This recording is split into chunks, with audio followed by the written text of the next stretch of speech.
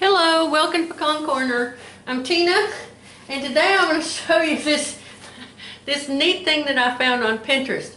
You know, every once in a while we find something on Pinterest. There's a lot of good ideas on there, and we spend some time making our little boards and things. But so many times what we do doesn't turn out to be such a great idea in practice as it sounded like in theory. However, I've had a couple of things, one of which is my my log holder, which I've got a video about, and I like it so well that this past year I made a second one, so I now have two of them up front, one to hold my kindling bundles and one to hold my logs. But the one that I came up that I discovered this year that's so brilliant is to use a simple photo album, you know, the ones with the sleeves that you just slide one in from the front there to organize my seed packets. Now, I keep most of my seed bank in big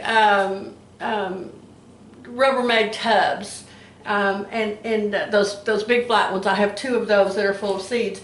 But when I get ready to do the garden for that year, once I'm picking out which things I want to plant, it's nicer to have a way to organize them. I had been just putting them into a bag, but it's hard to keep up with. It's confusing and have to drag everything out so that I can remember. So what I did this year is I took my photo album and I went through, and it's real thick because I've got beans in here too. So this year I'm going to plant pole beans for the first time. But see, it'll even hold pole bean seeds. So I've got the bean seeds that I plan to want to try. I won't plant all of these varieties, but I've got them in here for me to think about. And then my pumpkin seeds. See, and you can keep your gone blank. You can keep your seed packets. You can see exactly what you've got. You can put your homemade seed packets in there from the seed that you save, and you can put, you know, here's all my squash all together. All my beans were together. There's all my squash. There's my pumpkins. Here's my melons. A little bit later, I want to plant some melons. So there's all of those seeds. There's my eggplant seeds. There's ground cherries. There's my tomato seeds of the tomatoes that I decided to plant this year. Here's my herbs in the back, and then when I want to use them, I just pull them out.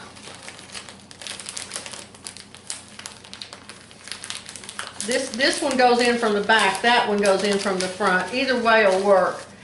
If you know, I could have put them all into. If I had found this one before I finished up here. Whoops, pardon me, just a minute. Let me turn off the timer. Our coffee's ready. Okay. I'll have to make this fast or else our coffee will get cold. We use a French press, so I'll have to run the timer on it. Okay. Anyway, you pull them out, use them, close them back up, and put them back in. I fit two packs. I can fit 2 packs into each little section. So here I've got this kind of the Dutch fork pumpkins on this side, and I've got Seminole pumpkins on this side. So I can, as I flip through, I can see both kinds. Anyway, it's been so helpful and so handy to have them organized in this way, and it makes it a lot easier for me to find what I'm wanting for the year. Eventually, you know, I like to store them closed up, but if you wanted to, you could even have a whole library of them, and put fewer in here, of course, and not put your bean seeds in here to take up so much space. And but you could have a library with your seed books in there. It's just a nifty thing, and I hope that you all will find this helpful. The reason these sacks are laying over here is I've been trying to figure out what to save my seeds in, because you really need to put them into paper.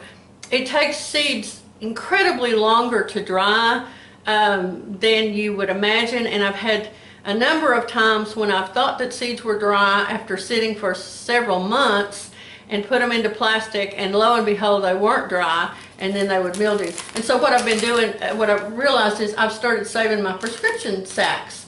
These are just the right size to save seeds in. They're blank on the back, so once I put some seeds in them, I can fold them over and tape or staple them down, and I've got lots of room to write on the backs of them. And so that's my other little tip when you're saving seeds this year. Bean seeds are good when it comes to squash. I save the seeds out of the different squashes and pumpkins that we have. Anyway, that's all I wanted to do is show you this nifty little tip, and I hope that it helps you. Thanks so much.